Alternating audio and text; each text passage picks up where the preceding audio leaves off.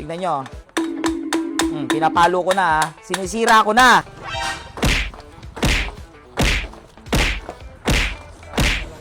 Aray ko po, talagang talong-talo sa 30k dito. Yung nagbenta nito, wag kang papakita sa akin. Saktang 30,000 yan, boy. Bibigay ko na kay Boss Toyo to. Boy. Basag yung ilalim, lost thread yung ibabaw. Uy, talaga eh. Tignan mo yun sila, ano? Si Master Bebe, si Kuya Pats, si Sabery, si Boss Alpon. Pag nilabas ko talagang panis sa mga B1 na mga yan. So yun mga ka-Lucifer natin, syempre, ito na yung ating Honda Click B1 na naka-biled. Manual biled. Anyway, so yun mga ka-Lucifer natin, ano ba ginagawa dito? Ha? Ginagawa dyan? Ay, Diyos ko! Napasama, ang mahal mo sa 30. May pumunta dito na isang araw no? Kasi pumunta siya, taga-Imus lang siya. Yung Click B1 niya, kulay red. Hindi ko kasi siya naabutan Ang forma, binibenta lang din ng 30. Aray ko, Diyos ko! Anyway, nandito na to move on na tayo. Ganun din naman gagawin natin, babaklasin natin lahat to. So ngayong araw, wala kasi tayong preno. Walang preno. Hindi natin to madadala sa mga karwasya, hindi natin to madadala sa mga kung saan-saan. Tapos yung mags, bengkong, tapos sa likod, ewan ko, bengkong din ba to? Sumasayaw Tapos hindi ko alam. Kaya ngayon, kakabit natin dyan yung mags natin. Yan meron tayong ikakabit. Wow! So naalala nyo pa ba to? So ito yung nakakabit kay Ghost. Yan. Ang brand, ang dami pala nag-comment, hindi ko lang kayo nare-replyan lahat. Yung brand ng mugs na to is Mutaru. Kung napanood nyo yung mga vlog ni Boss Alpon, yung nag-17 siya kay Alpha, syempre gaya-gaya na naman ako. Ako yung nauna nagganito na mugs. Ay! Tapos pala sa mga nagko-comment na gaya-gaya ako na B1, bakit ba? Taki mo! Okay? So ngayon, i-check natin to. Tapos may luma akong front shock. Ito yung stock front shock ni Ghost. Ayun kahit to. Ay, durug-durug na rin pala to. Malala din pala to. Malala na rin. Ito kaya, matino pa ba to? Matino-tino pa to Meron ka ba? May front shock ka rin? Buti pa yung mekaniko ko, may front shock Tinira mo sa customer to? So ito, ba't silver din? Naka-magic lowered na? Ilan ang drop nito? 2 inches? Grabe naman to. Static to De, joke lang. Pwede. Magkano mo naman bibenta saan to? Pinaresyuhan pa talaga ako! Kupal! Magkano? Bahala na ako. Alam mo na yan. 20 ka ngayon. 20 pesos ka. So ngayon, palit tayo ng front shock kasi ang sagwa sinong gagawa? Pabilisan Sinong tatayo? Tayo!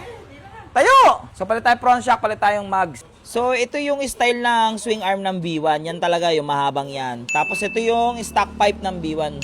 So far, stock talaga siya ng B1. Tinitignan ko siya sa Google. So ganito talaga yung stock pipe ng Click B1. So papalitan natin ngayon yan. Meron tayo itong tinatabi-tabi na mga swing arm ng customer na nakikipag-add swap sa atin. Sa mga ganyan, sa mga paninda nating mga swing arm. So pili tayo ng pinakamatino na swing arm dito. Ito tayo, pinakamalinis. Lang, kaya pala wala ng preno. Stock up na Wala na, sira natin yung caliper. Aray ko! Sira yung caliper! Stock up na, hindi na matanggal. So, ito yung problema namin ngayon. Wala na, hindi talaga matanggal. Tignan nyo. Pinapalo ko na Sinisira ko na. Ayaw matanggal, stock up na. Tapos wala, sira na rin yung disc naman Aray ko po! Talagang talong-talo sa 30k dito! Tignan nyo guys, ayaw talaga matanggal. Pinapalo ko na ayaw talaga. Buti, meron ako mga natabi-tabi na pinaglumaan ni Ghost. And kay Ghost yan, guys, na caliper. Pwede pa naman. Mas okay naman siya kumpara dito. Tapos, syempre, gagamitan natin yan ng RevX brake shoe at ng RevX brake pad.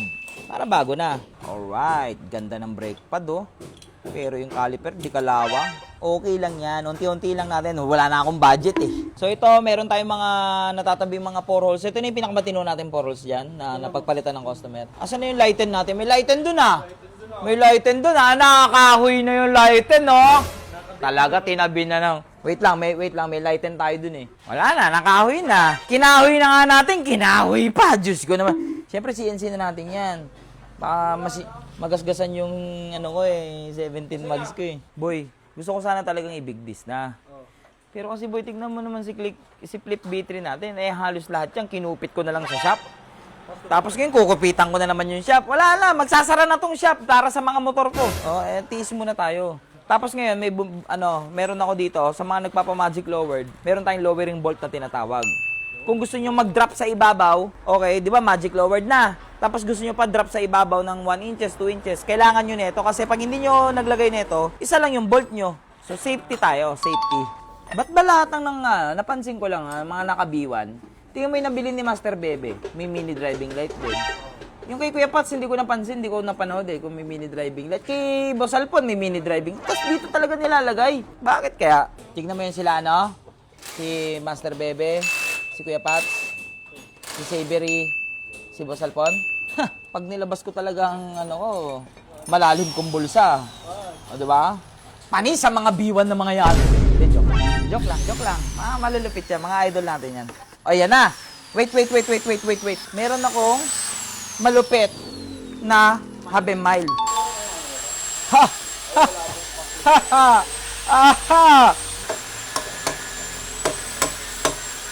Boy, papakita ko sa ito, boy. Di ba nabili natin si Go, 7,000 lang. Tignan mo yung shock ng 7,000. Ganda, di ba? Okay pa. Di ba nabili naman natin si Flip. Tingnan mo yung shock ni Flip B3 natin. Ang lala, di ba? Tingnan mo naman yung shock na itong 30,000. Shock ng 30,000 yan, boy. Bibigay ko na kay Boss Toyo to. Boy, ayun yung purpose ng 30K. 2-in-1. Martilyo pa, di ba? Free will check. Oh. Tulin, no? Kasi walang caliper eh. Nag-gaming caliper. Ngayon, wala nang pre-wheel yan. Kaya naman pala hindi na niya pinagawa yung preno, boy. Hindi talaga magagawa. Tignan mo naman yung tornilyo niyan. Paano naman yan? Takdi naman trend. Hay! Tanggalin mo nga yung kay Flip B3. Yun. Pang bad trip naman to, boy. Sinsil Works. Boy, Sinsil Works. Putang talaga eh. Nakaka-bad trip ka ng 30K ka, ha? Gigigil na ako sa'yo, ha? Hindi mo mabalik. Ang ganda ng master na itong 30K natin. Tingnan mo.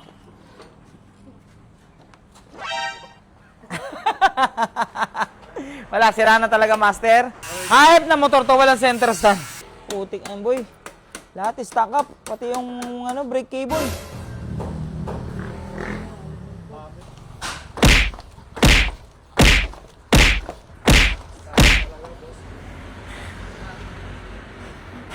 Yung nagbenta nito, wag kang papakita sa akin. Hayop na yan. Stock up, boy! Paano gagawin natin dyan? Ayun na, boy. Ayun na. Boy, kalbo. Boy, kalbo. Boy, ayun yung kalbo. Papalit tayo. Rebex. Baka naman. Okay, bagong brake pad. Ay, brake shoe. Sana dito bumawi na tayo yung likod, lakasan natin yung preno natin hanggat wala pa tayong pambili nung na brake master. Tapos boy, papalit na rin tayo nito. Anti-stock up. Pasok! Pasok! Boy, tignan mo naman. Detalye. Mekaniko lang nagpadumi. Ang linis yan kanina. Lost thread. Lost thread, boy. Ha? Pero umihigpit, kumakapit. Huwag mo nang barilin, kamay na lang. Panginoon, boy naman, boy. Basag yung ilalim, lost thread yung ibabaw. Dapat yung mga gantong fresh na motor, fresh yung basahan. Para hindi mawala yung kintab. Yan. Kasi yung kintab niya magagasgasan eh. Kaya kailangan fresh yung basahan mo. Boy, lalo na yung mga gantong upuan, bawal magasgasan yan. Bawal masira yan. Boy, hindi sira yan. Ano ka ba, boy? Design yan, baliw. Oo. Huwag ka mag-alala, Click B1. Kasi kita mo yung dalawa mong kapatid, si Click B2 at si Click B3 natin, ang popogi, di ba? Ikaw ang pinaka-pogi. Easy ka lang. Babadgetan kita ng kalahating milyon.